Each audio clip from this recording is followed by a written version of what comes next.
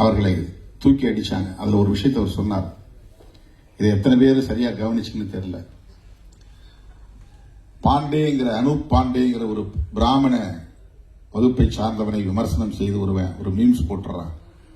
அதுக்காக அவனுக்கு தண்டனை கொடுக்கிறார். என்ன தண்டனைன்னா, ஒரு பிராமணன் காலை கழுவி காலை சுத்தம் பண்ணி அந்த தண்ணி அவன் குடிக்கணும். அந்த தண்டனை பெற்றவன் யாருன்னா எஸ்சி கிடையாது, தலித் கிடையாது. இங்க ஆண்ட சாதின்னு பெருமையா பேசிக்கிறாங்க இல்லையா? அங்க ஆண்ட வம்சம், ஆண்ட சாதி. பிராமணர்களின் பார்வையில் நீயின் சூத்திரம்தான் என்பதற்கு அதுதான் ஒரு சான்று.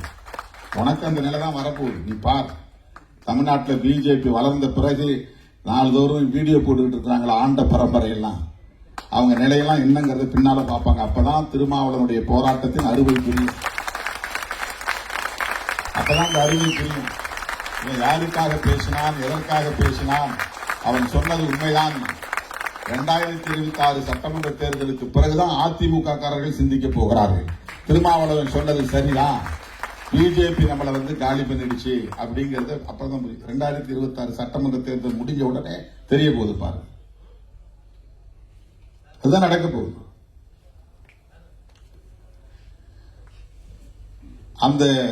அந்த பையன் ஓபிசி சமூகத்தை சார்ந்தவன். அவங்க